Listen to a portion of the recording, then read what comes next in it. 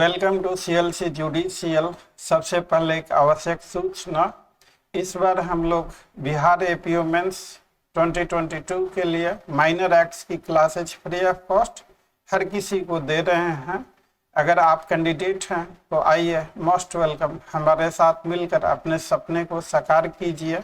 और in case अगर आप कैंडिडेट नहीं हैं और आपकी जानकारी में आपका कोई भी जानने वाला फ्रेंड, बैचमेट, जूनियर, सीनियर कोई भी अगर कैंडिडेट हैं तो उन तक इस वीडियो को पहुंचा दीजिए, उन्हें इसका काफ़ी लाभ होगा। तो आइए आज का क्वेश्चन हम लोग शुरू करते हैं। आज का क्वेश्चन कन्फेशन खासकर सेक्शन 27 से बेस्ड है और आज मैं admission confession up to section 31 सारी चीज़ें आज कंप्लीट करूंगा इसी वीडियो में। थोड़ी सी लंबी हो सकती है वीडियो, कोशिश करूंगा शॉर्ट में करने का। कन्फेशन पे 2 वीडियो और भी बनी हुई है, इससे पहले वाली सीरीज वो आप देख लीजिएगा, सीरीज में ही है। खासकर एडमिशन और कन्फेशन से एक क्वेश्चन कोई भी एग्जाम हो जरूर ही होता है। This is very very vital and important topic, खासकर 27 के लिए। 27 आप लोगों ने कई बार पढ़ा होगा। And 27 is how much of information receive from accused may be proved. Copy paste ऐसे ही लिखा हुआ है। Provided that when any fact is deposed to as discovered in consequence of information received from a person accused of any offence in the custody of a police officer, so much of such information, whether it amounts to a confession or not, as relates distinctly to the facts thereby discovered, may be proved। देखिए, हर कोई जो भी student mains दे रहे हैं या जिनका selection हो रहा है, हर किसी ने सेक्शन 27 को अच्छे तरीके से पढ़ा होता है। हर कोई जानते हैं सेक्शन 27 को। आप देखते हैं 2 स्टूडेंट्स के बीच में, दोनों बैचमेट हैं, एक ही स्कूल, एक ही कॉलेज, एक ही टीचर या प्रोफेसर ने पढ़ाया उनको, एक सक्सेसफुल हो गया, एक रह गया। आपको there is no much difference between success and failure. Note कर लीजिए, सक्सेस और फेलियर में ज़्यादा का डिफरेंस नहीं है।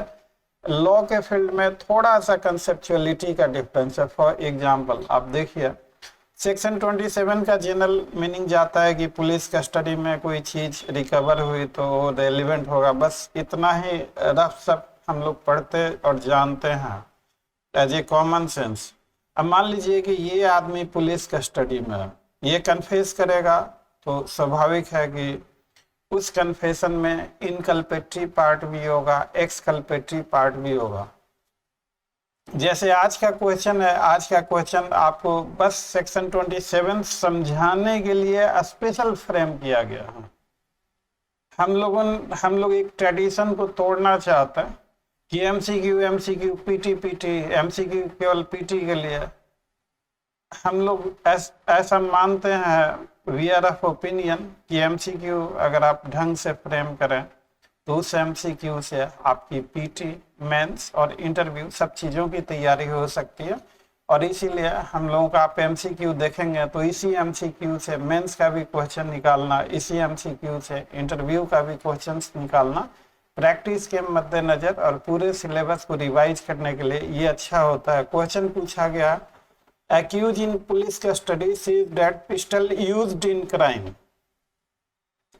क्या कह रहा है कि पिस्टल जो क्राइम में यूज हुआ, लाइंग इन द किचन। तो 2 पार्ट है इस स्टेटमेंट का, पिस्टल यूज्ड इन क्राइम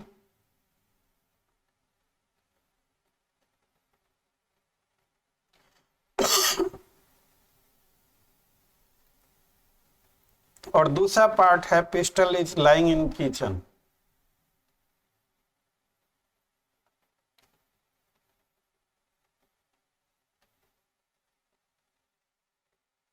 तो आप देखिए, जो pistol used in crime accused ने कहा तो एक्यूज की बातों से मानेंगे या उस पिस्टल का क्राइम में उपयोग हुआ है या नहीं हुआ। जैसे उस पिस्टल पे एक्यूज के फिंगरप्रिंट हैं या नहीं है, चलिए मान लिया फिंगरप्रिंट नहीं मिल पाया। इस पिस्टल से जो गोली चली और जो गोली डिसीज को लगी, जो डिसीज के शरीर पे उस गोली से जख्म हुए, क्या वो गोली इस पिस्टल से, हर गोलियां कई तरह की होती है, क्या इस पिस्टल में फिट होता है या नहीं होता। जब भी किसी फायर आर्म से कोई गोली निकलती है तो वो जो अंदर लाइनिंग होती है, हुक्स ग्रेप्स, उसके अनुसार करस्पॉन्डिंग इंजुरी होती है। तो एक कॉमन सेंस की बात है कि क्या इस पिस्टल से ये क्राइम हुआ है या नहीं हुआ है। मेडिकल साइंस, फॉरेंसिक साइंस इतना डेवलप हो गया, तो यहाँ पे हम एक्यूज की बात मानेंगे या फॉरेंसिक एक्सपर्ट की रिपोर्ट लेंगे। स्वाभाविक है कि फॉरेंसिक एक्सपर्ट, मान लीजिए कि नाइफ है पिस्टल की जगह, तो नाइफ पे मरने वाले का खून लगा हुआ है। नाइफ मान लीजिए इस साइज का है, थोड़ी देर के लिए, मुझे फिगर बनाने नहीं आता, ये नाइफ है आपका। तो नाइफ अगर मान लीजिए कि 3 इंच डेप्थ है, गहरा है जख्म से, तो नाइफ की जो चौड़ाई है, मान लीजिए नाइफ की चौड़ाई है आपकी 2 इंच की, और नाइफ 3 इंच तक अंदर गहरा जख्म है, तो जो शरीर का हिस्सा कटा वो नाइफ के ब्लेड की चौड़ाई की से कॉरस्पॉन्ड करता है, मैच करता है या नहीं करता। तो ये सारे जो पार्ट है कन्फेशन की, ये वही चाकू है जो वारदात में प्रयोग किया गया। ये this is a type of confession. और ऐसी बातों का, एक्यूज की बातों से हम नहीं समझेंगे इसको, इसे फॉरेंसिक एक्सपर्ट से। हाँ, लेकिन ये नाइफ या पिस्टल जो भी केस है किचन में है, और एक्यूज की बात ये सुनकर पुलिस किचन में जाती है और एक्यूज के बताए अनुसार अगर वो पिस्टल या नाइफ वहां से रिकवर करती है, तो इसमें सच्चाई है, डिस्कवरी ऑफ ए फैक्ट। और वही पर्पस है सेक्शन 27 का। आगे हम लोग देखते हैं। आपको बस ये सिर्फ एक ही लाइन समझना है कि with in meaning of section 27 what is admissible and what is not admissible. मैं दावे के साथ कह सकता हूं पब्लिक प्लेटफॉर्म पे कि there is no much difference between success and failure. बहुत ही थीन डिफरेंस होता। जो स्टूडेंट सक्सेसफुल हैं उनकी कंसेप्चुअलिटी थोड़ी अच्छी होती उन स्टूडेंट से जो सक्सेसफुल ना हो सके। तो आपको सिर्फ और सिर्फ ये कंसेप्चुअलिटी डेवलप करना है।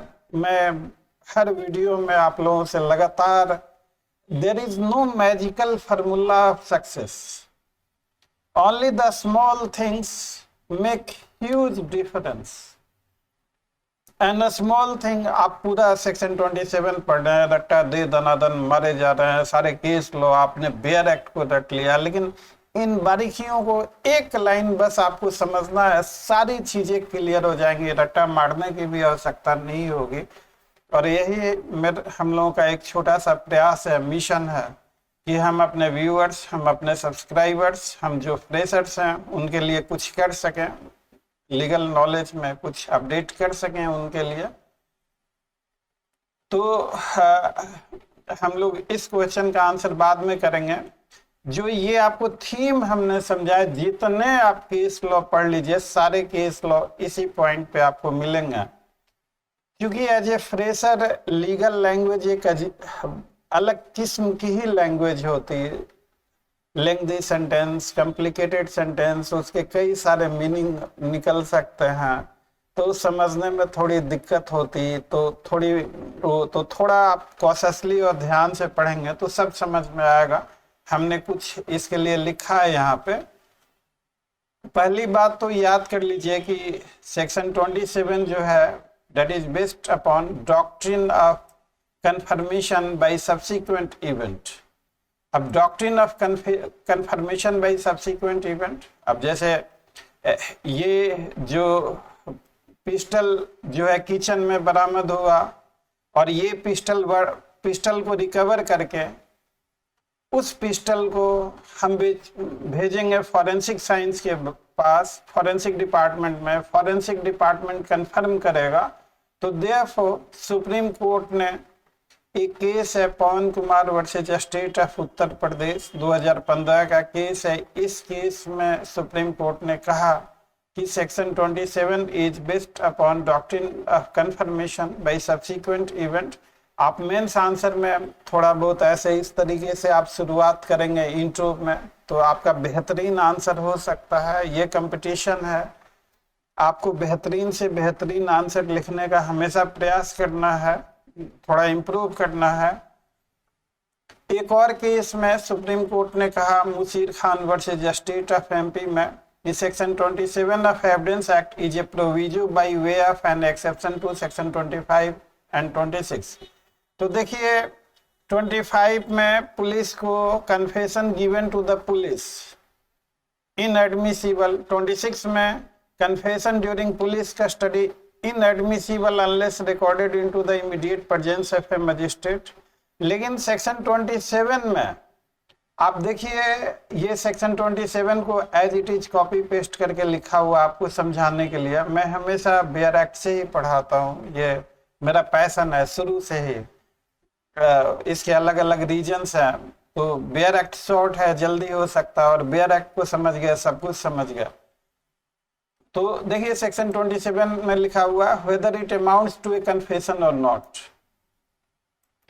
तो कन्फेशन सेक्शन 25 में इनएडमिसिबल है, वो कन्फेशन 26 में इनएडमिसिबल है, लेकिन वही पोर्शन ऑफ कन्फर्मेशन, वही portion of confession that is admissible under section 27 and that is relevant। तो सुप्रीम कोर्ट ने मुशीर खान के केस में ये बातें कही कि not only in Musheer Khan case, there are so many cases, endless cases. ये चीजें कही गई कि section 27 of evidence act is a proviso by way of an exception to section 25, 26। ये ओपनिंग 2 लाइनें जरूर आपको शामिल करना है।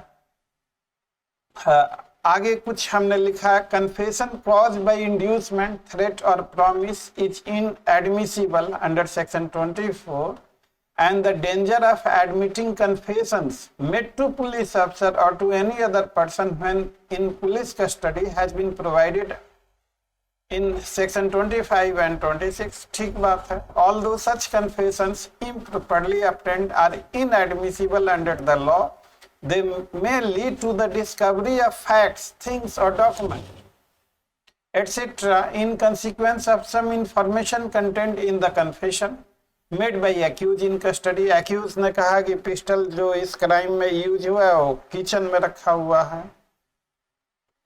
तो when this section 27 permits the proof of all kinds of information whether contained in confession or not।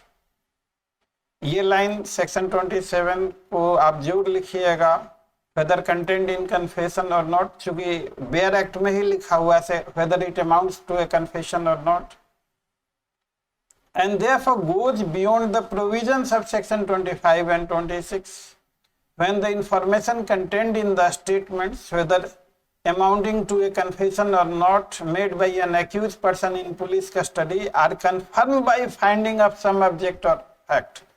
अब accused ने कहा कि पिस्टल रसोई में रखा हुआ और रसोई से पिस्टल बरामद हो गया, तो सो फार एज की पिस्टल रसोई में है और उसके बताए अनुसार रसोई से पिस्टल बरामद होता है, तो ये सच्चाई है या नहीं है, सच है या नहीं है। तो दिस इज कंफर्म्ड, जो इंफॉर्मेशन दिया एक्यूज ने, that information is correct, pistil is recovered and that is confirmed। तो therefore section 27 goes beyond the provisions of section 25, 26। 25 और 26 के बियॉन्ड कैसे जाता है, बिकॉज 25 में इनएडमिसिबल है, 26 में इनएडमिसिबल है, but into 27 it is admissible. तो therefore हमने लिखा है कि it goes beyond the provisions of section 25 and 26 when the information contained in the statements whether amounting to confession or not made by an accused person in police custody are confirmed by finding of some object or fact, the danger disappears। danger कि confession जो हमने पिछले classes में किया था section 25, 26 कि there is a danger if confession given to police is admissible in evidence, तो वो danger disappears. For the discovery of the stolen goods, the instrument of crime, dead body, clothes which the deceased were wearing, or any other material thing which are capable of being perceived by the senses, demonstrates conclusively that these portions at least of the confession cannot have been false. Accused ने कहा कि pistol रसोई में है और रसोई से police pistol बरामद कर लेती है, तो ये in no case it can be false. Accused ने ये फैक्ट दिया कि पिस्टल रसोई में और पुलिस को रसोई में मिल जाता है पिस्टल, तो दिस इज कंफर्म्ड। तो इसीलिए सुप्रीम कोर्ट ने कहा कि ये section 27 is based upon doctrine of confirmation bye subsequent event. So in such a case, so much of information given by the accused as relates distinctly to the fact thereby discovered becomes relevant under section 27. Section 27 of Indian Evidence Act is founded on principle that even though the evidence relating to the confessional or other statement made by a person while he is in the custody of a police officer is tainted and therefore inadmissible, if the truth of the information given by him is assured by the discovery of a fact, it may be presumed to be untainted and is therefore declared provable insofar as it distinctly relates to the fact thereby discovered. Video को pause करके ये सारी अपने notes बनाते चलिएगा, video देखते हुए note down कर लीजिएगा। Under Evidence Act, there are two situations in which confession to police are admitted in evidence. One is when the statement is made in the immediate presence of a magistrate, section 26 में, and the second when the statement leads to discovery of a fact connected with the crime, section 27. And 27 is founded on the principle that if the confession of the accused is supported by discovery of a fact, it may be presumed to be true and not to have been extracted. The truth of the confession is granted by discovery of facts in consequence of the information given. Section 27 is a proviso or exception to section 25 and 26. ये जो section 27 is brought into operation when a person is in police custody, produces from some place of concealment some object, dead body, weapon, ornament said to be connected with the crime of which the informant is accused. The discovery of fact includes the object found, the place from which it is produced, and the knowledge of the accused as to its existence. तो ये सारे थोड़ा हमने आप जो जानते हैं उसका बहुत कम पोर्शन मेंस एग्जाम में लिख पाते हैं। मैं आपको चैलेंज नहीं कर रहा, मैं खुद अपने ऊपर भी कर रहा हूँ। जो नॉलेज है मेरी उसका सिर्फ और सिर्फ 10 या 20% में क्लासेज में आप लोगों को दे पाता हूँ। वो सारी चीजें सीक्वेंस में माइंड में होना वो इजी जॉब नहीं है, तो पढ़ाई का दायरा थोड़ा ज्यादा रखेंगे तो आपका मेंस आंसरिंग अगर कुछ भूलेंगे भी तो इतना कम से कम बचेगा कि आप बेहतरीन आंसर लिख पाएंगे उसी में। कुछ केस लॉ है, एक Surendra Prasad versus state of Bihar की statement admissible under section 27 are not admissible against persons other than the maker. अब मान लीजिए कि दो एक्यूज हैं ए और बी, तो ए का जो कन्फेशन है वो बी के खिलाफ अंडर 22 में एडमिसिबल नहीं है। सेम ट्रायल की अगर बात है तो आगे के सेक्शन में हम लोग पढ़ेंगे उसको। और ये बहुत फेमस केस है पुलुकुरुकटैया का। It is such a leading case कि इस केस में जो चीजें हमने स्टार्टिंग में आपको समझाई सारी चीजें वही कही गई। ये पुलुकुरुकटैया ने ये कन्फेशन किया, वो इन्वर्टेड कमा में लिखा हुआ, I Kotaiah others beat Shivaiah Subbaiah to death, I hit the spear and my stick in the rick of my village, I will show you if you come. We did all this at the instance of P. Kotaiya, accused. Another accused said, I stabbed Shivaya with a spear. I hid the spear in a yard in my village. I will show you the place. तो इसमें privy council ने जो weapon of offence था जिस जगह छुपाया गया था वहां से पुलिस ने रिकवरी करी और उन्हीं चीजों को केवल एडमिट करा। और आगे के केस हैं प्रभु वर्सेस स्टेट ऑफ यूपी, ये सुप्रीम कोर्ट ने पुलुकरी कोटैया के केस को अप्रूव किया। एक और केस है Mohammad Inayatullah versus state of Maharashtra. इस केस में एक्यूज ने वो थेफ्ट का, और सुप्रीम कोर्ट ने कुछ प्रोपोजिशंस बनाए कि first condition necessary for bringing 27 कि डिस्कवरी ऑफ फैक्ट जरूर होना चाहिए और उस डिस्कवरी ऑफ फैक्ट के एवज में रिकवरी होना चाहिए। और जो तीसरा, ये पहला दूसरा बताया, the third, at the time of receipt of information accused must be in police custody, and last but the most important, so much of the information, only the distinct part of the information कि ये knife जो है रसोई में है और रसोई से नाइफ का बरामद होना, नाइफ जो है ये चाकू वारदात में इस्तेमाल हुआ या नहीं हुआ, that would be confirmed if forensic evidence confirms so। आगे हम लोग तो ये 27 पे आज का क्वेश्चन है, तो 27 का आंसर कर लें कि the pistol is lying in the kitchen is relevant. Option D होगा, only this portion.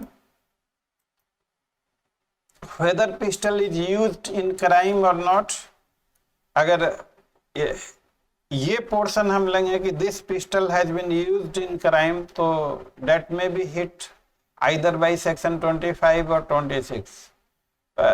Whether this pistol has been used in crime or not, it has to be confirmed by forensic evidence. So therefore, in this case, option D is correct. और mains का question है, explain the situation and provisions when the statement of accused made to police is relevant and admissible in evidence। तो ये थोड़ा सा question को twist कर दिया गया है।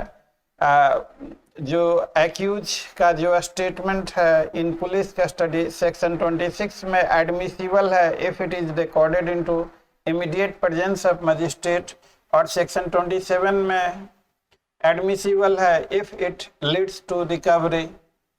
और वेदर सेक्शन 27 एक्सेप्शन और एक्सटेंशन, तो एक्सेप्शन है 25 और 26 का इंटरव्यू का क्वेश्चन। आज बाकी सेक्शंस भी हम लोग करेंगे 28, 29, 30। 28 confession made after removal of impression cause by inducement, threat और प्रॉमिस। तो आपने इंड्यूसमेंट, थ्रेट और प्रॉमिस नहीं है कन्फेशन में, ये वॉलंटरी है, तो डेट कन्फेशन इज वैलिड। 19 में confession otherwise relevant not to become irrelevant because of promise of secrecy etcetera. तो 29 कहता है if such a confession is otherwise relevant it does not become irrelevant merely because it was made under a promise of secrecy और in consequence of deception practised on the accused person for the purpose of obtaining it. तो देखिए 3-4 मैंने ingredient बनाने का पिछले कई videos में आपको बताया, उसी तरह से अब हर वीडियो में इंग्रेडिएंट, काफ़ी वीडियो लंबी होती जाएगी, तो आप सीक्वेंस में देखिए, रूटीन बनाइए, हर रोज एक वीडियो जैसे जैसे आता है वैसे आप देखते रहिए।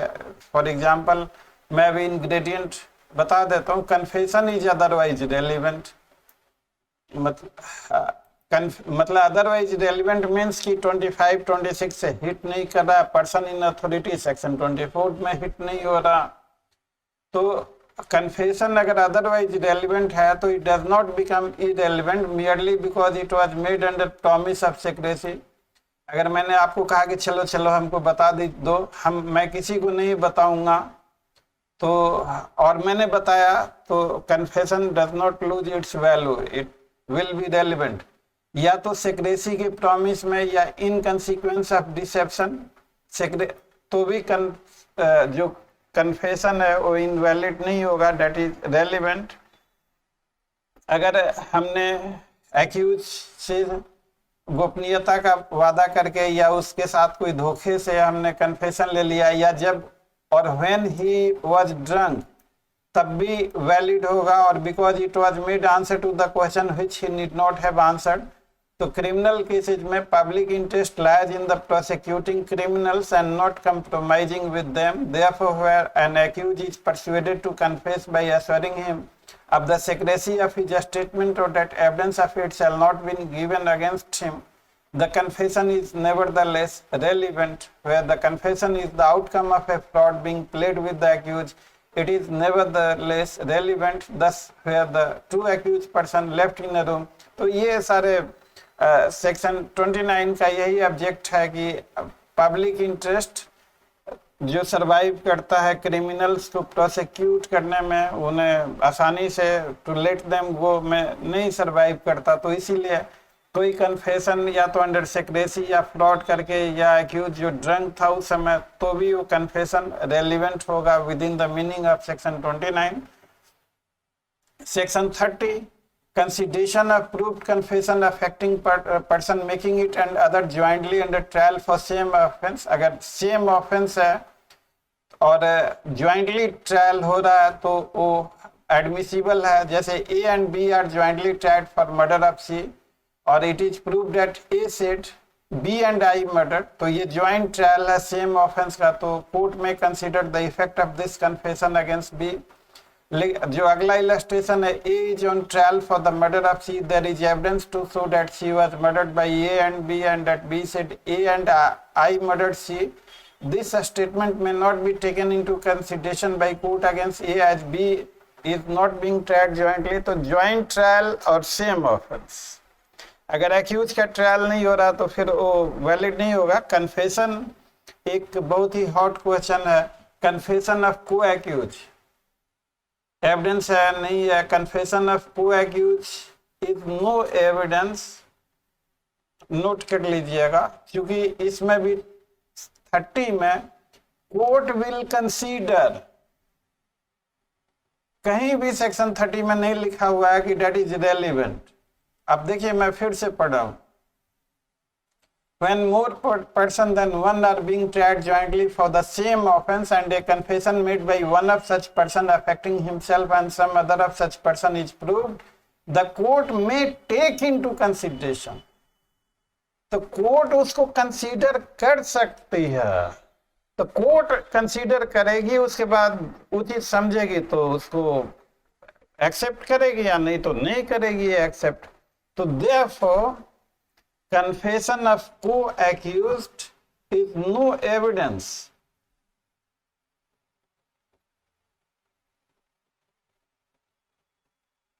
मैं इसको लिख देता हूं, ये एग्जाम में बहुत हॉट क्वेश्चन है, इंटरव्यू वगैरह में भी पूछा जाता है। तो that is no evidence, that is only for consideration of the court. Court में एक्सेप्ट इट, कोर्ट में refuse it. Section 31, admissions not conclusive proof but may stop. Admissions are not conclusive proof. Conclusive proof उन सबों पे video बना हुआ है, आप देख लीजिएगा। इरिवर्टेबल प्रिजम्पशन हो जाता है, वो उसको रिवर्ट नहीं किया जा सकता है। तो जो एडमिशन जो है वो कंक्लूसिव प्रूफ नहीं है, इट में ओनली ऑपरेट एज स्टॉपल। अब एडमिशन जो है थ्रेट, फेयर और ये सारी चीज़ों के कारण वॉलंटरी है कि नहीं है, that is a matter of inquiry. तो हमने कि अगर एडमिशन को कंक्लूसिव प्रूफ बना लेंगे तो किसी न किसी के कान पे पिस्टल रख के कुछ एडमिट करा लिया हो वैलिड, तो ये इससे गड़बड़ हो जाएगी। तो हमेशा याद रखिएगा, admission not conclusive proof but may stop only with in the meaning of section 31। आज थोड़ा मैं फास्ट हो गया, अपनी ओपिनियन जरूर दीजिएगा, क्योंकि आप ही लोगों के बेहतरी के लिए सारा दिन लगता है तो एक वीडियो शूट होता है। कई लोग टीम में काम करते हैं, कोई थंबनेल, कोई एडिटिंग, कोई फोटोग्राफी, वीडियोग्राफी वगैरह, काफ़ी टाइम लगता है एक वीडियो बनाने में। और इतना टाइम लगे और आप लोगों के फायदे के लिए बनाया जाता है। तो आज थोड़ा सा मैं फास्ट चला, 27 से 31 तक 5 सेक्शंस को कवर किया। क्योंकि मैंने वादा कर रखा है एपीओ मेन से पहले एविडेंस एक्ट कंप्लीट करना है मुझे, तो कम से कम मैं अपने वादे पे कायम रहूं, इसलिए थोड़ा सा फास्ट कर दिया मैंने। जो कल का नोटिफिकेशन वो सारे स्टूडेंट, देखिए बीपीएससी में एक ट्रेडिशन है, वो एग्जाम होना भी रहता है तो भी इस तरह का नोटिफिकेशन हो देता। तो एग्जाम टल गया ऐसा कुछ कंफर्म नहीं है। एग्जाम जहां तक मुझे लगता आपका होगा 12 तारीख से 15 तारीख के बीच में। अब टल गया तो उसके लिए निकालेंगे। तो आप इस तरह से अपनी तैयारी जारी रखिए। ये एज इफ एग्जाम जो शेड्यूल जो दिया हुआ 12 to 15 वो होगा ही होगा। और अंत में वीडियो अच्छा लगा हो तो वीडियो को लाइक, चैनल को सब्सक्राइब, नोटिफिकेशन आइकन को प्रेस कर दीजिएगा। वीडियो को ज़्यादा से ज़्यादा शेयर कीजिएगा ताकि हमारा मिशन सक्सेसफुल हो सके। हर लॉ स्टूडेंट्स के पास ये मेंस पर्पस से ये इंफॉर्मेटिव वीडियो पहुंच सके, वो इन वीडियोज को देखकर अपने मेंस की तैयारी अच्छे से अच्छे तरीके से कर सकते हैं। कोई डाउट हो तो कमेंट बॉक्स में ज़रूर पोस्ट कीजिएगा। तो इसी के साथ thanks for watching, see you again. कल हम लोग डाइंग डिक्लेरेशन करेंगे और फिर शुक्रिया वीडियो वॉच करने के लिए। कल मिलेंगे, टिल देन बाय बाय।